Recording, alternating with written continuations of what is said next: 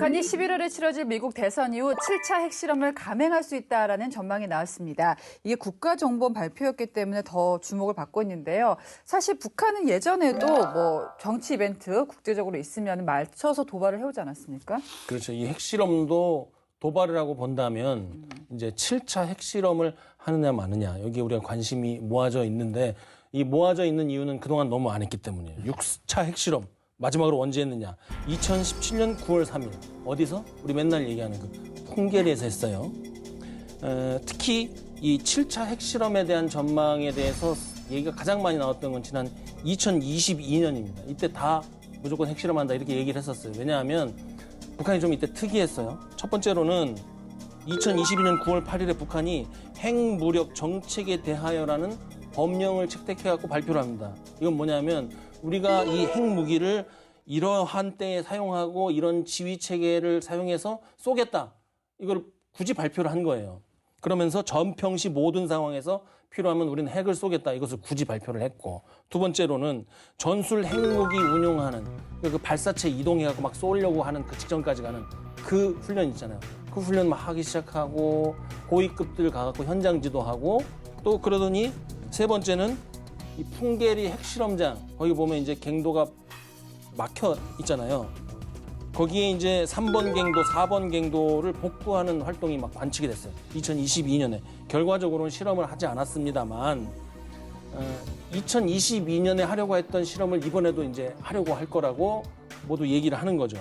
이 실험을 한다면 어떻게 되겠느냐. 1차적으로는 5, 6차 핵실험 직전에 북한이 했던 게 뭐냐면 그 핵분열탄, 수소탄 갑자기 공개해갖고 사람들의 주목을 확 이끌었어요. 그럼 그와 같은 방식으로 이번에는 북한이 한다고 계속 한 거 있거든요. 소형 전술 핵무기 그리고 대형 핵탄두 이거 달아갖고 쏘기 직전에 핵실험하겠다 얘기했으니까 그 두 개를 복합적으로 하거나 아니면 기습적으로 핵실험을 할 것이고 2차적으로 지금 해야 되는 게 뭐냐 하면 화성 17, 북극성 5형 등에 탑재해서 핵무기를 쏘기 위한 그 연습 행동 이건 실제로 쏴볼 수는 없고 시뮬레이션을 해야 되거든요. 그래서 핵실험하고 이것을 탄도미사일 등에 얹어서 발사하는 이 시뮬레이션을 동시에 해서 세계를 놀라게 할 것이다. 이 정도 예측이에요. 근데 이거 믿어도 되는 거예요? 왜냐면 2년 반 동안 핵실험을 안 했잖아요. 그때는 한다고 얘기만 나오고 안 했잖아요. 그러니까 2019년에 하노이에서 이제 예. 트럼프하고 김정은하고 만났잖아요. 그게 결렬이 되면서 그때 북한 지도부 특히 김정은이 하고자 했던 게 뭐냐면 방금 우리 남 박사님께서 말씀하셨습니다. 핵 투발 수단에 대한 고도화예요. 특히 이게 보통 이제 그 전까지는 북한이 히로시마 원작 폭탄급 이상, 그러니까 쉽게 말해서 전략 핵폭탄으로 나갔다면, 전략 핵무기로 나갔다면 이제는 전술 핵무기.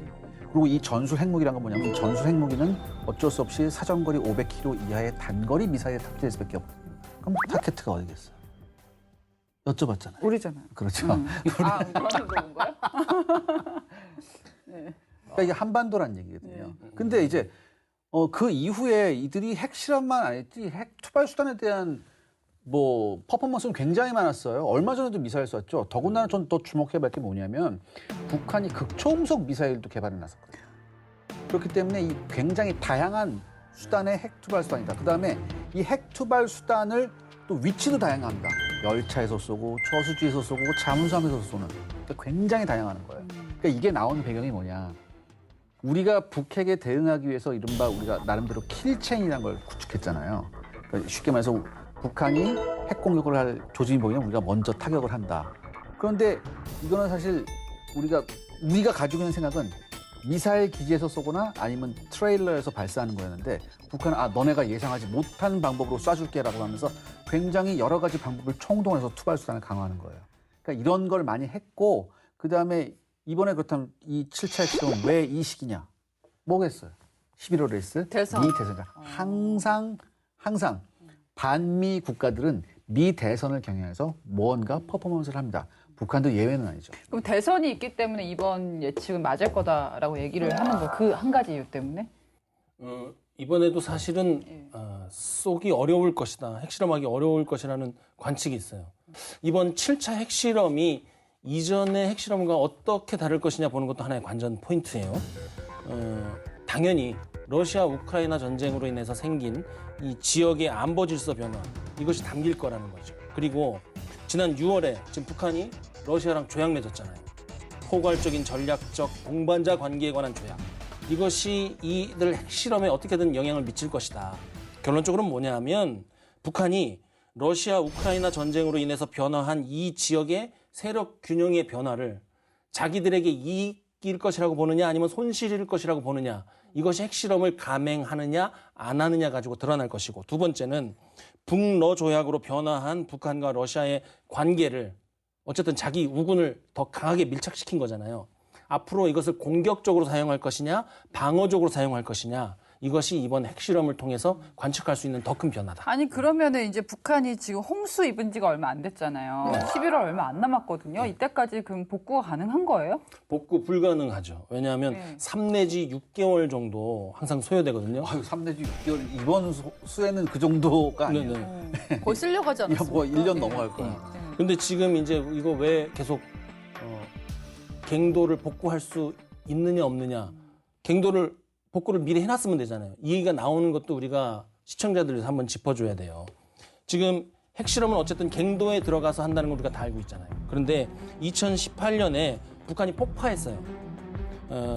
남북 정상회담 후에 비핵화에 우리의 의지를 보여주겠다고 하면서 각국 기자들을 초청한 상태에서 그 당시 이제 3번 갱도, 4번 갱도 이미 거의 쓸모없는 2번 갱도까지 폭발을 했어요. 그런데 문제는 뭐냐면 완전히 폭파한 게 아니라 입구하고 그 중간만 폭발을 했어요. 뭐야? 꼼수를 썼어요. 언제든지 복구할 수 있게. 그러니까는 계속 2022년에도 그렇고 이번에도 그렇고 거기에 차 왔다 갔다 하고 흙 싣고 뭐 이거 보면 사람들이 그러는 거죠. 핵실험 하려고 그러나? 그런데 핵실험에 관한 최근의 모든 예측이 실패했단 말이죠. 그래서 혹자들은 뭐라 그러냐면 이 수혜를 이 언론이나 아니면 전문가라고 하는 사람들이 너무 써먹는다. 핵실험을 할 것이라고 일단 얘기를 해버리는 거예요. 북한이 핵실험을 할 것이다. 그런데 북한의 수혜는 매년 닥치거든요. 그러면 매년 예측이 안 맞았을 때 수혜 핑계를 댈 수 있다는 거예요.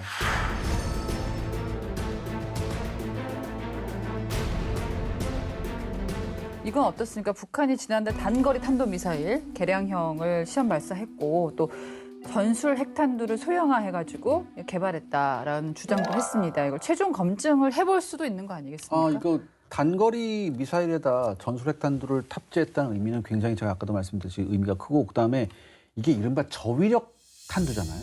전술핵이라면. 그러니까 보통 우리가 100킬로톤 이하를 전술핵으로 보는 게 많아요. 그런데 100킬로톤만 해도 어마어마합니다, 사실. 히로시마에 떨어진 게 15킬로톤이거든요. 그래요? 예. 그러니까 100킬로톤 어마어마해요. 근데 북한이 투트랙으로 하는 것 같아요. 제 생각에.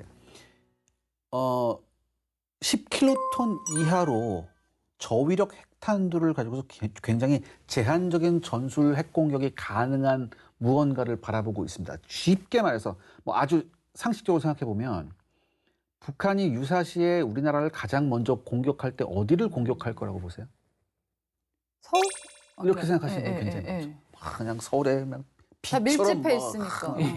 근데 북한 군사적 입장에 봤을 때 북한이 가장 먼저 공격할 곳은 항구입니다. 특히 부산 항구.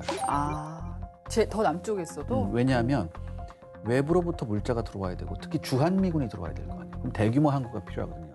그렇기 때문에 그 항구를 가장 먼저 공격할 가능성이 많은데 항구를 확실히 무력화시키기 위해선 지금 사실 북한제 단거리 탄도미사일의 성능이 그렇게 좋지가 않아요. 그래서 만약에 탄도미사일로만 공격한다면 실패할 가능성이 많은데 저위력 탄두라면 이해가 달라지죠. 그렇죠? 그래서 한 방에 무력화시킬 수 있고요. 두 번째는 북한이 지금 무엇으로 나가고 있느냐? 이른바 EMP 전략으로 나가고 있죠. EMP 아시죠? 예. 그러니까 보통 상공 보통 100km에서 40km 그 정도에서만 폭발을 한번 시켜도 지상에는 뭐 방사능 낙진에 의한 피해는 거의 없어요. 거의 없지만 거기서 나온 전자기 펄스 때문에 상당한 모든 그 일렉트릭 디바이스에 손해가 오거든요. 그러니까 우리 같은 경우 완전히 예, 큰일 나는 그렇죠. 우리 거죠. 뭐 IT 강국이고 모든 모든 게 전기 시스템이 지금 다 없이는, 연결돼 있는데 만약에 북한이 이런 식으로 핵 공격을 도발한다면 이건 악몽이거든요. 그렇기 때문에 지금 북한은 이렇게 투 트랙으로 나가고 있는 것 같고 이것을 증명하기 위해서라도 무엇인가 실험을 해야 되고 우리가 이 정도 이런 저위력 탄도를 갖고 있다는 것을 증명해야 되는 건 맞습니다. 그들 입장에서는. 근데 그 시기가 언제인지 그건 자연재해도 났고 그랬기 때문에 좀 시기를 선택하기 어렵지만 그럼에도 불구하고 이 대선이라는 건 4년에 한 번 오는 이 퍼포먼스잖아요. 그걸 놓친다? 이거를 북한이 그냥 넘긴다? 꽤 그들답지 않죠. 그 시기에 대해서 북한이 한번 얘기한 적이 있어요. 북한의 그 조선중앙통신이 2022년에 희한하게 얘기를 했는데 자기들이 말할 거면 자기들이 말을 해야 되는데 알렉산드르 브론초프라는 연구자가 타스 통신에서 한 인터뷰를 재인용해서 북한의 입장을 얘기를 한 거예요. 그러면서 뭐라고 그랬냐면 한미가 우리가 7차 핵실험을 언제 할 것이라고 떠벌려서 얘기를 하고 있는데 결코 그들이 예측하는 그때에 하진 않을 것이다. 북한은 그들이 예측한 그때에는 결코 하지 않을 것이다. 그러니까 우리가 뭔가를 예측을 계속하면 할수록 그걸 피해갈 가능성이 높다. 그러니까 우리가 예측을 하지 않은 그 순간에 할 가능성도 높은 거죠. 궁금한 게 대선이 걸려 있으니까 트럼프가 되면 도발을 안 하고 해리스가 되면 도발하고 이런 거 달라요? 그런 건 아니죠? 그건 굉장히 그 외교에서 너무 그러니까 너무 단순. 아니 트럼프 자꾸 김정은 나의 프렌드라고 하니까. 그러니까 이제 핵실험을 지금 이 대선 기간에 만약에 한다면 전문가들 예측 그 얘기는 있어요. 트럼프에게 힘을 실어주기 위해서, 힘을 실어주고 나중에 협상할 때 좀 유리하게 하기 위해서 그렇게 하는 거다. 뭐냐 하면 핵실험하고 그다음에 이제 고농축 우라늄 얘기도 이제 요즘 나오고 있는데 그거 많이 생산한 거 보여주면 결국 그 얘기는 뭐냐면 바이든의 실패를 의미하는 거거든요. 뭐 그런 얘기가 사실 나오고 있긴 한데. 그러니까 안 그래도 물어보려고 했어요. 고농축 우라늄 생산 시설을 북한이 보여줬단 말이에요. 이게 진짜 원하는 게 뭘까요? 북한이 이제 왜 얘네가 우라늄을 농축하겠어요? 플루토늄 가지고 이걸 못하니까 중수로가 없으니까 사실 그런 건데 그럼에도 불구하고 이게 사실 이게 원심 분리기로 우라늄을 농축한다는 게 굉장히 힘듭니다. 굉장히 힘든데 방법이 그거밖에 없고 그 시설을 굉장히 많이 지어놓고 많이 돌려서 사람을 넣으면 이건 나와요. 이건 얻을 수 있거든요. 근데 북한은 인건비가 필요 없는 나라잖아요. 그렇죠. 그러니까 충분히 이걸 핵무기의 원료를 얻었어요. 근데 일부에서는 이런 얘기가 있습니다. 이거를 어디다 갖다 팔려는 거니까라는 얘기가 있는데 저는 그거는 약간 톰 클랜시 소설에나 나오는 얘기가 아닐까라고. 이런 전략물자를 함부로 팔 수 있는 위치가 아니라 자 그렇다면 이걸 팔려면 어떤 루트를 통해서 팔아야 되냐. 이것도 중요하거든요. 자 근데 북한도 우리나라도 마찬가지지만 북한도 섬이에요. 어떻게 보면. 중국이나 러시아를 네. 통하지 않으면 자, 나갈 그렇다면 방법이 중국 입장에서 없잖아요. 야 우리나라를 통해서 지금 핵물질을 반입해서 나간다고? 러시아는 괜찮지 않아요? 왜 러시아는 괜찮다고 이미 전쟁 생각해요? 중이니까. 아니야? 자, 이게 물론 러시아하고 새로운 조약을 맺었지만 그렇다고 해서 이 무기로 제조할 수 있는 핵물질을 자기 나라를 통과해서 간다는 건 전혀 다른 얘기예요. 그게 흑발로 대리석 거실에 들어오는 거랑 똑같다고 생각하시면 돼요. 끔찍하죠. 대리석이 러시아예요 그러면? 대리석이 러시아. 흑발이 그 핵무기 가지고 흑발이면 당연히 우라늄 가지고 지나가는. 진흙발로 가는 거예요. 그럼 이거 왜 공개하는 거라고 보시는 거예요? 그러니까 지금 북한은 판단을 한 거예요. 이 고농축 우라늄 생산 시설을 공개해서 우리가 봤을 땐 좋을 게 없잖아요. 이런 게 있다는 얘기도 있었고 트럼프 대통령이 예전에 그 위치까지도 밝혀갖고 깜짝 놀란 적이 있으니까. 그래서 이제 북한은 틀어졌죠. 북한은 이제 판단을 한 거예요. 이거 숨기어서 얻는 이득보다 이거 공개해갖고 선전하고 이거 갖고 딜 치는 게 낫겠다. 이것은 이미 판단을 한 것이고 또 한 가지는 뭐냐면 북한이 지금 정말 난데없이 공개한 거잖아요. 누가 보여달라고 한 것도 아니고 IAEA에서 뭐 오픈해라 그렇게 한 것도 아니고 내부 사진을 공개하면서 자기들 언론에 뭐라고 했냐면 핵무력을 중심으로 한 국방력 강화는 미국과 대응하고 견제해야 하는 우리 혁명의 특수성이다. 이러면서 갑자기 미국 불러냈어요. 미국 나와라. 자, 우리 이거 이렇게 고농축 우라늄 많이 생산할 수 있는데 이거 이제 좀 남거든. 이거 갖고 우리가 무슨 짓 할지 모르잖아. 미국 이거 갖고 우리랑 협상하자. 이게 이제 강선이라는 곳에 있다는 것이 이제 이미 드러났거든요. 강선에 있다는 것을 트럼프 대통령이 얘기하고 드러난 건데 이거 갖고 협상합시다. 또 한 가지는 뭐냐면 이거 공개한 게 트럼프한테 힘을 실어준 것일 수도 있다. 이런 좀 예측도 조심스럽게 나오고 있습니다. 그럼 이제 북한 입장에서는 오히려 이 카드를 오픈하는 편이 훨씬 우리한테 유리하다고 판단한 거예요. 그렇죠. 왜냐하면 지금 자신들이 소화할 수 있는 핵무기 만들 만큼의 고농축 우라늄은 이미 다 가졌어요. 여기서 지금 더 나와봤자 이거 어디다 쓸 데가 없어. 그러니까 이제 아까 말씀하신 것처럼 갖다 파는 거 아니냐 이런 의심을 받을 바에야 이거 갖고 딜치자. 그렇죠. 훨씬 그게 유리하죠. 네. 아, 그런 딜을. 그러니까 예를 들어서 이거예요. 왜 지금 뭐 북한이 뭐 몇백 개의 핵무기를 만들었다 막 이런 얘기잖아요. 야, 얘네가 몇 개의 핵무기를 만들어서 이렇게 재놓으면은 무시무시하겠다. 물론 무시무시한 건 맞죠. 하지만 여기서 우리가 간과하지 말아야 될 게 뭐냐면 핵무기 있죠? 핵탄도 이거 관리하는데 돈 많이 듭니다. 굉장히 돈 많이 들어요. 더군다나 이거를 탑재한 미사일을 한꺼번에 세트로 관리하는 건 돈이 성어 배가 들어요. 아니, 그러니까 정상적인 사고가 되는 국가는 아니니까 현재 네. 상태로서는. 네, 그러니까 네, 그렇죠. 아이 그냥 돈도 많이 들고 지금 뭐 미국이 우리 신경도 안 쓰는데 팔아버리자 할 수는 없는 거예요? 그러니까 아예 어디다 파냐고요. 비이성적으로. 어디다 파냐고요. 야. 그러면요, 저 지금 고농축 우라늄이나 플루토늄은 북한이 이제 확보하고 있다는 가정하에 핵무기 개발 자체의 수준은 어떻습니까? 일단 북한은 제가 말씀드렸듯이 네. 일단 우리가 이거부터 인정하고 들어가야 돼요. 지금 아직도 이런 분들이 계시더라고요. 북한이 핵무기 이거 뭐 다 거짓말이라고 얘기하는 분들이 계신데 북한은 이미 핵무기가 나와 있어요. 실체가 있어요. 실체가 예. 있고 이걸 인정해야 돼요. 네. 그리고 지금 북한은 이 핵무기를 소형화하고 고도화하는 단계까지 접어든 거예요. 그리고 그들 말에 의하면 수소폭탄까지 있고 그러니까 굉장히 고도화된 핵무기를 가지고 있다고 인정한 상태에서 우리가 그들에 대한 대응을 해야 되고 그들과 대화를 해야 되고 그래요. 지금 그게 아니면 안 돼요. 같은 맥락에서 이제 IAEA 사무총장이 묘한 발언을 했단 말이에요. 비슷한 얘기 같아요. 그렇죠. 사실상 핵무기를 보유한 국가다, 북한은. 사실상 보유한 건 또 뭡니까? 지금 그거 변명하고 다니느라고 지금 바쁩니다. 그 사람. 말 잘못해가지고. 무슨 뜻이에요? 그러니까 지금 핵무기 각기도도 아니고. 보유국 지위라는 게 있어요. 이게 흥미로운 지점인데 기자님이 말씀하신 거에 그 우리 정부 입장을 대해서 정리를 하자면 북한에 핵무기가 있습니까 없습니까? 있다는 거잖아요. 있죠. 네. 핵무기가 있어요. 그렇다면 북한은 핵무기 보유국일까요? 보유하면 안 되는데 보유한 거죠. 어유 예. 정확히 맞추셨네. 예. 이거 안 해도 되겠는데? 그러니까 뭐냐면 그렇죠. 핵무기 불법 보유국인 거예요. 그렇죠. 아, 맞네. 불법 보유국. 불법 핵무기 은닉 국가이고 그러니까 이 사실상의 그 핵무기 보유국이라는 것은 지금 인도, 이스라엘, 파키스탄 이런 나라인데 그들은 이제 일정한 자신들만의 방식으로 사실상 핵무기를 보유한 국가라고 그냥 인정만 받은 거예요. 근데 북한은 지금 기술적으로는 핵무기 보유 국가의 수준에 도달한 게 맞아요. 핵실험을 6차례나 했고 그리고 그것의 투발 수단도 보유를 했고 대기권 재진 능력은 미검증됐지만 그 앞에 단계까지는 지금 다 달성한 상태란 말이죠. 그런데 핵무기를 보유하는 것과 핵 보유국 지위를 획득하는 것은 별개예요. 네, 그렇죠. 쉽게 얘기해서 자격시험을 치르고 도검류 소지 허가, 총포류 소지 허가를 얻고 그 칼총 갖고 있는 사람과 그냥 지가 어디서 구해갖고 이거 나 보유해야 된다. 이건 전 다른 아니, 얘기라는 그러니까 거죠. 동거했다고 결혼은 아니다 이거잖아요. 그러니까 그렇죠. 우리 어렸을 때까지만 해도 네. 불법 무기 자진 신고 기간 뭐 그런 거 있었어요. 지금도 있어요. 그런 거 있어요. 빨리 제출하세요. 알겠어. 그래서 지금 핵 보유국은 그러면 누구냐?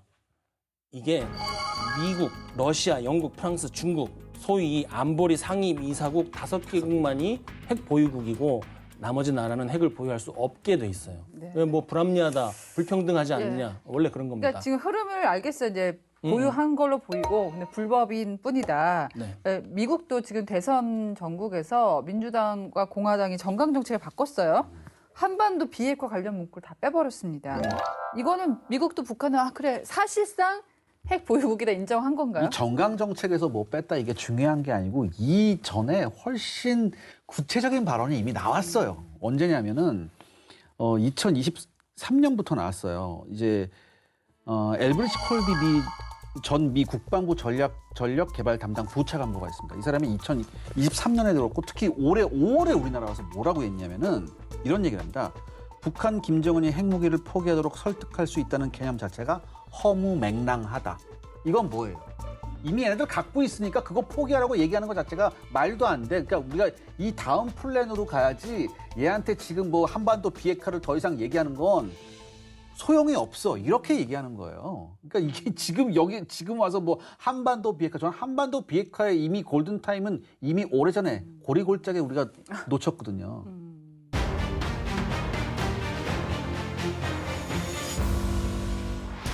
핵보유 국가로 인정받고 있는 비공식 핵보유국으로는 인도와 파키스탄, 이스라엘 이렇게 3개국이 있는데요. 그중 핵실험을 실시한 뒤 사실상 핵보유국 지위를 얻은 국가는 인도와 파키스탄입니다. 이들 국가는 각각 어떻게 핵보유국 지위를 얻게 되었을까요? 첫 번째 국가, 인도입니다. 인도는 NPT가 결성된 후 최초로 핵실험을 실시했는데요. 인도의 핵실험에 직접적인 단초를 제공한 것은 중국입니다. 앞서 인도는 중국과의 국경 분쟁에서 패배했는데요. 1964년 중국이 핵실험에 성공하자 인도는 비밀리에 핵 개발에 나섰습니다. 이듬해 파키스탄과의 전쟁도 인도의 안보 불안을 키웠는데요. 마침내 1974년 인도는 미소 짓는 부처라는 암호명으로 첫 핵실험을 한 이후 24년 이상 핵활동을 자제했습니다. 그리고 1998년 다시 핵실험을 실시했는데요. 오랜 앙숙 관계였던 파키스탄이 냉전 시대부터 핵 무장을 추진한 영향이 컸습니다. 당시 인도는 북서부 라자스탄주 포크란 핵실험장에서 샤크티 작전이라는 암호명으로 무려 5차례 핵실험을 실시했는데요.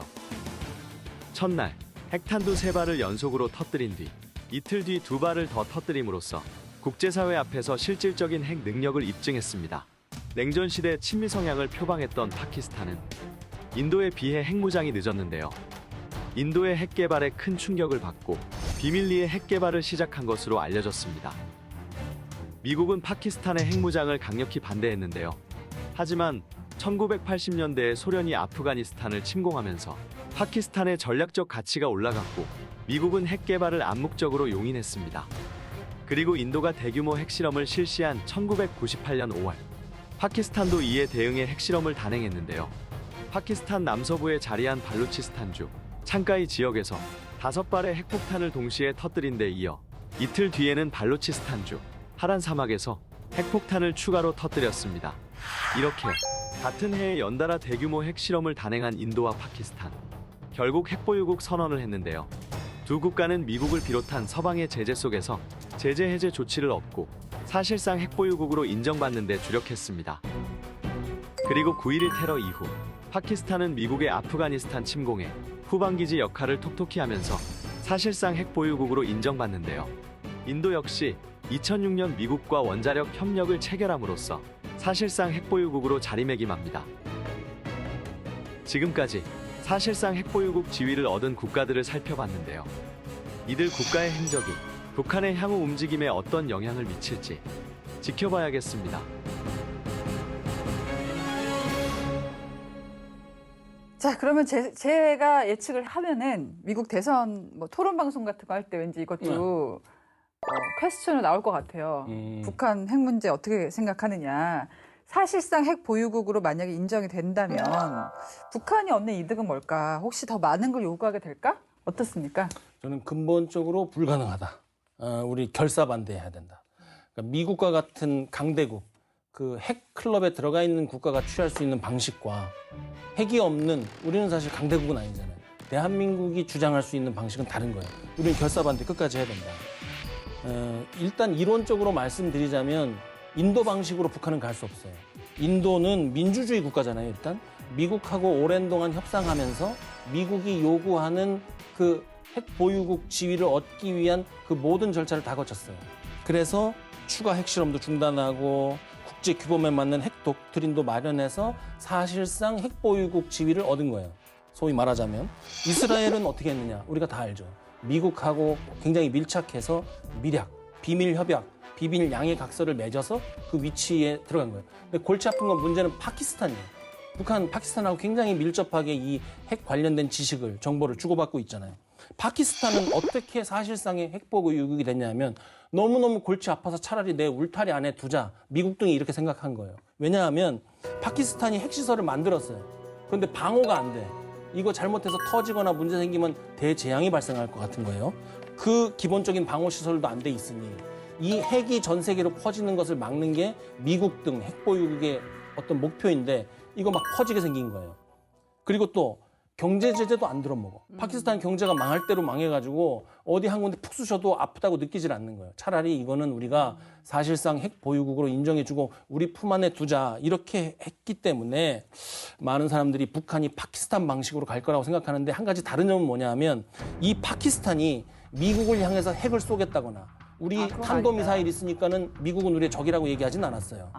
북한은 지금 미국을 적으로 규정하고 예. 미국의 생존을 위협했기 때문에 절대로 사실상 핵보유국으로 미국이 인정해 줄 수 없다. 저는 이렇게 판단합니다. 그럼 바꿔 얘기하면은 저희가 그 트럼프랑 김정은이랑 이렇게 얼싸 아는 적도 있고 그러니까 사실 파키스탄 케이스를 추구할 수는 있는 거잖아요. 나 미국 안 쏠게 예를 하면서. 들어서 예. 파키스탄 케이스에서 또 하나가 굉장히 중요한 게 있었어요. 예. 왜냐하면 파키스탄은 그 핵 개발 이후에 진짜 국제사회의 경제 제재, 특히 미국의 경제 제재로 완전히 고사 직전이었습니다. 그때 뭐가 터지냐? 9.11 테러가 터졌어요.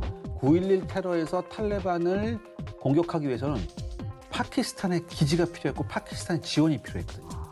여기에서 딜이 성사가 되는 거예요. 북한은 고사 직전인 건 네, 맞는데 네. 그런 전혀 다른 기지가 거예요. 될 수가 전혀 없네요. 다른 거죠. 그리고 북한은 이른바 국제사회, 그러니까 파키스탄도 최소한의 국제적인 룰은 지켜요. 룰은 지킨다고요. 물론 권위주의 정부긴 하지만 최소한의 룰은 지킨다고. 근데 북한은 룰 자체가 없잖아요. 더군다나 권위주의 플러스 세습이에요. 그러니까 어떤 그 자기네의 이거 정권 유지를 위해서 무슨 짓은 하는데. 다른 데도 이렇게 3대에 걸쳐서 이어받은 경우가 아니 있어요. 그런 미개한 나라가 어딨어요. 권위주의적인 왕조. 그럼 이 핵무기의 사용에 있어서 어떤 절차가 없다는 얘기예요, 이건. 전혀 절차가 없이 이 사람의 생각 하나로 버튼을 누를 수 있다는 얘기예요. 이런 깡패 같은 국가한테 저런 무기를 보유했다고 인정해 주는 것은 깡패한테 총을 들려주는 거하고 똑같은 거거든요. 우리도 뭐 가만히 있었던 건 아니고 이제 북핵 위협에 대응을 해야 되니까 삼축 체계를 구축을 했어요. 특히 현무 5. 네. 예. 이 공개가 되면서 야, 유사시에 대량 응징 보복을 가할 수 있다. 어느 정도 우려를 갖고 있습니까? 현무5는 베일에 가려져 있다고 얘기를 했죠. 그동안 국방백서에 고위력 미사일이라고만 소개되던 것이 이번에 국군의 날을 맞이해서 대중들에게 공개가 됐죠. 대외적으로 소개되기로는 이렇게 돼 있어요. 탄두 중량이 8톤에 달해서 파괴력이 전술에게 버금간다. 북한 남침 시 현무5 20발 30발로 북한 지휘부가 숨어있는 벙커가 있는 평양을 초토화할 수 있다. MSG를 좀 빼야 돼. 이건 현무5를 전술핵을 버금가 한참 차이가 나요. 그리고 용도 자체가 너무 달라요. 제가 이게 디펜스 비교하는 프라임 것 자체가. 하면서 응. 배운 거는 게임 체인저는 없다. 한 가지가 다 바꾸는 건 없다. 예. 그다음에 무기에서 MSG 좀 빼야 된다. 예. 단순 파괴력, 살상력, 파급력으로는 전술핵을 도저히 못 쫓아가죠. 그리고 또 현무5 20발, 30발로 평양을 어떻게 초토화합니까? 그것을 가지고 평양에 있는 주요 시설을 일시적으로 마비시키거나 큰 피해를 입히는 정도지 어떠한 도시를 초토화시킨다는 얘기가 나오는 것은 그는 너무나 큰 과장이에요. 그래서 이렇게 설명을 듣고 넘어가자면 이 현무5는 전략적인 목표에 사용을 하는데 전략적 목표의 1순위는 아까 기자님도 말씀하셨겠지만 북한의 핵무기가 있는 곳, 전략 미사일이 있는 곳, 대량 살상 무기가 있는 곳, 그중에서도 그 버튼을 누르는 그 공간이 있는 곳을 향하는 것이죠. 이 말은 무엇이냐? 핵폭탄보다 더 중요한 기능이 현무5에 있다는 거예요. 핵폭탄은 강력한 폭발력, 넓게 비산하는 살상력이에요. 현무5는 뚫고 들어가는 겁니다. 그래갖고 그 버튼을 누르기 전에 그거를 벙커를 쳐 부수겠다는 거예요. 따라서 현무5의 탄두 중량이 8톤이다 그러면 와 저거 엄청 세게 터지겠구나 그게 아니고 깊이 들어가겠구나. 그리고 고각으로 쏴가지고 마하 10의 속도로 가기 때문에 찾기도 힘들고 도망가기도 힘들고 맞추기도 힘든 것이죠. 그리고 공개된 발사대에 모두 지금 주목하고 있는데 그 발사대보다 더 중요한 건 뭐냐면 이게 정확도가 350km를 날아가가지고 3m 이내를 쏴요. 엄청난 거예요. 근데 그 발사대가 중요한 게 아니라 지휘 통제 통신 시설이 연결되어 있는 이 시스템과 이 소프트웨어가 훨씬 더 중요한 것이고 현무5 이번에 나온 것은 이 무기체계가 갖고 있는 그 능력의 10분의 1도 지금 공개가 안 된 거예요. 굉장히 우리에게 꼭 필요한 무기가 이번에 공개된 겁니다. 네. 그러니까 이게 일종의 벙커 버스터입니다. 우리가 탄두가 8톤이라고 하면 8톤이 다 폭탄이냐? 아니죠. 말씀하셨어요. 여러 가지 추측이 있는데 전문가들이 뭐라고 얘기하냐면 이 8톤 중에 6톤은 쉽게 말해서 강철 쇳덩이에요. 나머지 2톤이 폭약입니다. 그 미국이 가지고 있는 최대 벙커 버스터가 탄두 중량이 비밀이에요. 근데 안에 폭약은 공개가 됐어요. 1톤이었거든요.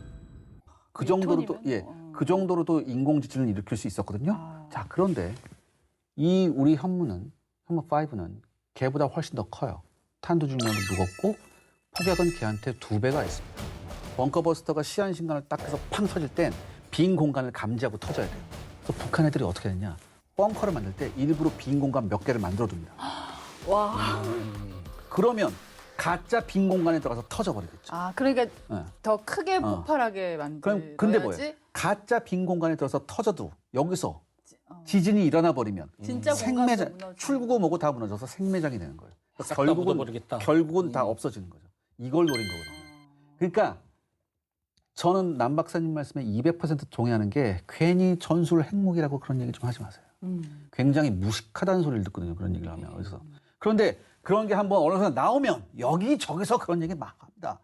그러니까 적어도 우리 디펜스 프라임에서는 그런 걸 좀 냉정하게. 바로 잡아주는 교정하는 프로그램이 돼야 돼요. 요것도 교정 한번 해주세요. 전략사령부 창설했잖아요. 북핵 네. 위협에 대응한다고. 네. 어떻게 좀 잘 대응할 수 있을 거라고 보십니까? 왜냐하면 우리가 전략사령부를 왜 창설했겠습니까? 네. 우리가 점점 더 우리도 뭐가 늘어나니까 전략 무기가 늘어나니까 이것을 통합해서 효과적으로 운영할 수 있는 이런 조직 체계가 필요할 그러니까 거예요. 하나의 무기를 가지고 대응하는 게 아니라 전략이 더 중요해진 그렇죠. 거죠. 그럼 또한 우리도 이러한 종류의 전략 무기를 굉장히 다양한 투발 수단에서 다양하게 쏘고 굉장히 많이 효과적으로 쏠 수 있게 되거든요. 예. 쏴야 되거든요. 그렇다면 이런 사령부가 당연히 필요하죠. 저는 이게 진작부터 있어야 된다고 생각해요. 예. 최근 워싱턴에서 제5차 한미 확장 억제 전략 협의체가 있었는데 북핵 대응을 논의했습니다. 여기서 북핵 위협 상황에 대비한 그 상황 시나리오를 다뤘는데요. 네. 한미의 확장 억제 실행력 어떻게 강화해야 될까요? 우리가 일단 미국의 해구산 속에 들어가 있다. 이렇게 얘기를 하잖아요. 이게 뭐냐면 한국이 핵공격 받으면 미국이 핵 보복해주겠어. 해구산이라고 표현했지만 억제입니다. 그런데 이거 억제해주겠다고 약속은 받았지만 우리는 불안하잖아요. 핵을 머리 위에 쥐고 있으니까. 만약에 북한이 우리한테 핵을 쐈어. 그 다음에 미국이 그 복수해줘봤자 뭐해? 이런 생각이 들 수 있고 또 한 가지는 미국이 뭔가 문제가 있어갖고 보복 못 해주면 어떡하지? 거기에 대해서 안심해. 이렇게까지 해줄게라고 패키지로 내놓은 것이 확장 억제입니다. 아까 북한 핵을 맞은 다음에 미국이 복수해주면 뭐해? 우리는 핵을 이미 맞았는데 미국이 미사일 방어 능력을 갖춰줄게. 그럼 좀 안심이지? 했던 것이 확장 억제 첫 번째. 두 번째는 미국이 만약에 핵보복을 안 해주면 어떻게 하지? 이런 의구심에 대비해서 그 핵무기에 버금가는 전략무기로 우리가 같이 복수해줄게. 이걸 넣었단 말이죠. 그 확실한 약속이 뭐냐면 우리 맨날 방송 언론에 나오는 거예요. 미국의 전략 자산이 전개했습니다 하면서 대륙간 탄도미사일, 전략 폭격기, 핵 잠수함, 사드, 패트리어트, SM-3 이거 미국이 여기다 배치를 해주겠다는 거예요. 여기에 더해서 그것만으로도 우리가 안심을 못해서 더 보장을 해라. 이렇게 미국에 얘기를 하니까 미국이 뭐라고 했냐면 양국의 연합 합동작전 계획에 이러한 무기들을 실제로 운용할 것을 포함시키고 핵은 빼놓고요. 핵을 거기다 포함시키는 거는 수준이 안 맞으니까 계획을 실행에 옮길 수 있도록 연합훈련에 계속 그 자산들이 나오는 겁니다. 이것이 확장 억제의 핵심인데 이게 제 판단 여기서부터는 이거 양날의 검입니다. 왜냐하면 우리 그 격언 다 알잖아요. 권리 위에 잠자는 자는 보호받지 못한다. 마찬가지예요. 세계 최강대국의 보호하에서 평화를 꿈꾸는 사람은 평화만 꿈꾸다 끝납니다. 이 전략 자산을 우리가 언젠가 가지고 우리가 우리 보복을 스스로 할 수 있도록 억제를 우리가 할 수 있도록 가야 되는 것이죠. 그것으로 가기 위해서 지금 한미가 강력하게 협력을 하고 있고 이 확장 억제도 우리가 미국으로부터 일방적으로 보호받는다는 생각을 하지 말고 확장 억제를 우리가 스스로 할 수 있을 때까지 그 능력을, 노하우를 전수받는다 이렇게 생각하면 될 것 같습니다. 이게 우리가 해구산에 관한 얘기를 굉장히 많이 하잖아요. 이 해구산이 결국은 연결되는 건 이제 워싱턴 선언이에요. 그런데 지금까지 그 어떤 나라도 이렇게 핵 우산에 관한 것을 이렇게 문서화해 준 적은 없어요. 그래서 우리가 워싱턴 선언으로 그걸 우리가 받아냈기 때문에 그건 굉장히 평가할 만해요. 하지만 여기서 또 하나 다른 면도 생각해 봐야 됩니다. 양국 국가 간의 선언이라는 건 만약에 어떤 국가의 정권이 바뀌었으면 그 선언은 폐기돼도 상관이 없어요. 그러니까 우리는 선언에서 끝나면 안 되고 결국은 이게 뭐가 되냐면 조약이 돼야 돼요. 조약은 바꿀 수가 없어요. 아, 그래요? 근데 지금 조약 수준은 아니란 말이죠. 아. 그렇기 때문에 우리가 지금 미 대선에 촉각을 곤두세우는 여러 가지 이유가 있지만 이게 선언이 조약으로 가느냐, 그 중에 하나가 폐기되느냐. 뭐냐면 물론 미국이 막 폐기하지는 않아요. 약속이니까. 네. 약속이니까. 네. 그러니까 뭐 대외적으로 더군다나 미국의 가장 강력한 동맹국인데 세계가 다 보고 있는데 야, 뭐 정권이 바뀌었으니까 이렇게는 안 해요. 하지만 중요한 건 뭐냐? 불안감은 계속 남아있다는 거죠. 그렇다면 이 불안감을 어떻게 근본적으로 없앨 거냐에 대한 고민을 굉장히 많이 해야 돼요. 지금부터 외교적으로든 아니면 군사적으로든. 그렇죠. 일부긴 하지만 우리도 아예 자체적으로 핵무장을 해야 되는 거 아니냐. 일부 예. 물론 그런 얘기가 있죠. 근데 우리나라에 대한 자체적 핵무장의 얘기는 최근 들어서 오히려 미국에서 더 많이 나오고 있었어요. 미국에서도, 그러니까 미국의 여러 가지 이제 싱크탱크들이 많잖아요. 그러니까 이 한국의 핵무장에 대해서 긍정적으로 생각하는 미국의 싱크탱크들의 공통된 선언이 뭐냐면 이거예요. 북한 같은 불량 국가가 핵무기를 가지고 있는 것보단 한국 같은 선도적인 민주주의 발전한 국가가 더군다나 우리 미국의 동맹인 한국이 핵무장을 갖고 있는 게 훨씬 그들한테 도움이 된다는 거죠. 더군다나 이렇게 봐요. 동아시아를 딱 놓고 봤을 때 미국의 적대 세력인 쉽게 말해서 미국의 상대인 러시아, 북한, 중국 다 핵무기가 있습니다. 그런데 미국의 동맹국인 한국, 일본, 그다음에 미국이 보호를 해주겠다고 얘기했던 대만 전부 다 핵무기가 없어요. 그러네요. 참 이런 상황에서 누가 이겨? 그래서 우리가 반도체가 있는 건가? 그래서 이렇게 되면 어떻게? 예. 즉 쉽게 말해서 미국도 이미 동북아시아에서 핵의 균형이 무너졌다고 보는 거예요. 그렇다면 방법은 뭘까? 미국이 계속해서 저 세 명의 적대적인 상대를 상대로 혼자서 하는 미국이 게 계속해서 핵 억지력을 혼자서 예, 발휘할 수 예. 있을까? 여기에 대한 의구심도 미국 자체도 갖고 있거든요. 그러니까 우리가 원전이 굉장히 수준이 높다 보니까 네. 뭐 아예 불가능한 일은 아니잖아요. 불가능한 정도가 아니고요. 예. 사실 마음만 먹으면 그렇죠. 에휴, 개인적으로 어떻게 생각하세요? 어느 게 맞다고 저는 생각하세요? 뭐 빠르면 3개월. 아, 진짜. 근데 우리가 그거는 한번 짚고 넘어가야 돼요. 기본적으로 공감을 하지만 이제 우리는 어느 정도 국방부 입장도 대변을 하고 있잖아요. 한반도 비핵화 선언을 우리가 했어요. 이 내용을 우리가 함께 공유를 한다면 우리가 핵무장 얘기를 꺼낼 수가 없겠구나. 이 얘기를 문장을 보면 압니다. 뭐라고 그랬냐면 우리가 스스로 남과 북은 핵무기의 시험, 제조, 생산, 접수, 보유, 저장, 배비, 사용을 하지 아니한다고 우리가 선언을 했단 말이죠. 이것을 이제 와서 북한은 이미 이거 안 한다고 했지만 우리가 이것을 지키지 않았을 때의 그 손해가 국가 신뢰도라든지 아니면 국제적인 위신이라든지 핵무기를 갖는 이득보다 크지 않다고 지금 정부는 판단한 거거든요. 그렇죠. 그러니까 우리가 핵무장을 해도 그것이 이득이 될 때는 할 겁니다. 그러나 아직은 그때가 국가적인 아니고. 판단으로. 네. 그리고 이거 아직은 할 때가 아니다. 굉장히 한 번에 하는 게 아니라 굉장히 여러 단계를 그렇죠. 거쳐야 돼요. 그렇죠. 그것도 그리고 예. 굉장히 정교한 단계를 거쳐서 가야 됩니다. 그러니까 무조건 핵을 갖다가 무조건 우리가 미사일 만들고 폭탄 만들어야 돼. 이렇게 가면 안 되고 이거를 어떤 예를 들어서 핵의 추진체 사용이라든지 이렇게 여러 가지 단계를 거친 다음에 굉장히 정교한 외교적 전략을 짜야 돼요. 아니 뭐 기술적으로는 3개월 만에 뭐 핵무장을 할 수 있지만 굉장히 보수적으로 봤어도 그러니까 굉장히 보수적으로 보더라도 많은 분들이 생각하는 것보다 훨씬 빨리 만들 수 있는 능력이 있다. 왜냐하면 대외적으로 우리 대한민국은 예. 잠재적 핵 보유국으로 분류가 되거든요. 기술적 능력이 네. 있는 것과 절차적으로 가능한 건 또 이게 다르기 때문에 네. 그렇죠. 자, 북한이 이제 7차 핵실험 감행을 저울질하고 있고요. 이거는 이제 우리가 예측한 시기에 하느냐 마느냐는 차치하고라도 북한이 이제 위협 수위를 높일 거라는 방향은 정해진 것 같습니다. 네. 우리는 어떻게 대응을 해야 될까요? 일단 남 박사님 말씀하세요. 좀 원론적인 얘기를 먼저 하자면 북한이 핵실험을 했다. 국제적인 제재를 받을 수 있도록 준비를 해야 됩니다. 그냥 예전처럼 성명서 내고 비난하고 뭐 발표만 할 게 아니라 구체적인 제재를 받을 수 있도록 해야 되는데 미리 UN, 나토, IAEA 비롯한 다양한 국제기구와 제도에 준비가 돼 있는지 우리가 물어봐서 확인하고 안 돼 있으면 체근하고 이 노력을 해야 됩니다. 그리고 가능하다면 이제는 한국 주도의 공조를 좀 해야 됩니다. 이게 무슨 소리냐. 지금까지는 굉장히 수동적인 입장이었거든요. 법적 구속력이 있는 유엔 결의, 경제 공동체를 통한 무역 제재, 북한과 관계, 거래가 있는 국가 집단에 대한 제재를 할 수 있도록 우리가 그거 준비돼 있느냐 이거 물어보고 안 돼 있으면 우리가 나서서 좀 할 때가 됐습니다. 우리가 경제 지금 7위다, 군사력 5위다 말만 하지 그 위치에 도달한 만큼의 권력을, 파워를 우리가 안 쓰고 있어요. 힘을 좀 써봐야 됩니다. 그리고 미국에 공을 넘길 거는 넘기고 미국이 해야 할 역할을 우리가 정해줄 때도 됐습니다. 미국이 이러한 일을 하셔야 된다. 당신들 이거 미국이 북한 핵무기 관련된 것들 제재하도록 되어 있고 강대국으로서의 책임이 있고 우리 동맹 아니냐. 우리가 좀 미국을 이끌고 안 하고 있으면 좀 하도록 할 때도 됐다. 그리고 지금 이것을 군사적인 대응으로만 혹은 이제 외교 성명적인 대응으로만 생각하지 말고 예를 들어서 정치계에서는 뭐 해야 됩니까? 대한민국 국회와 미 의회 국방위와 서로 소통도 할 때가 됐잖아요. 외교 분야는요. 정치, 경제, 사회, 시민사회는.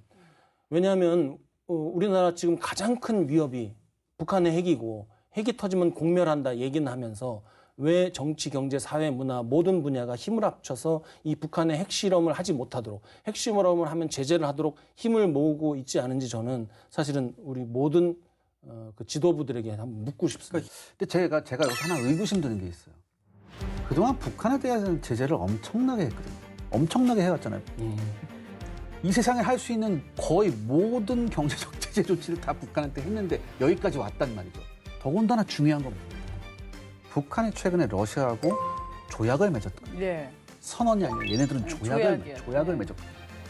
이게 또 어떻게 작용을 할까? 이것도 또 걱정이 돼. 왜냐하면 북한으로선 또 다른 새로운 생명줄을 연장할 수 있는 파이프라인이 연결됐다. 이렇게 오판할 수도 있어요. 그들 입장에서는. 그렇다면 이거를 그렇다고 야 너네들 그걸 오파냐 얘기해줘봤자 알아듣겠어요? 그건 아니란 말이죠. 그러니까 우리가 할 수 있는 건 해야 되지만 그럼에도 불구하고 굉장히 걱정되는 게 너무 복잡해요. 어디서 어떻게 실타래를 풀어야 될지 모르겠단 말이죠. 더군다나 상대방은 전혀 얘기가 통하지 않는 깡패 국가거든요. 이걸 도대체 정상적인 국가가 어떻게 깡패 국가를 대해야 되는지 이게 전 나중에 이렇게 돼요. 전 여기서 굉장히 좋은 모범 사례를 대한민국이 보여줘야 된다고 생각하거든요. 만약에 이 이후에 북한과 유사한 깡패 국가가 나타났을 때 어떻게 하면 된다라는 걸 우리 대한민국이 보여줘야 될 때거든요. 여기에 대한 고민이 굉장히 많아야 될 것 같아요.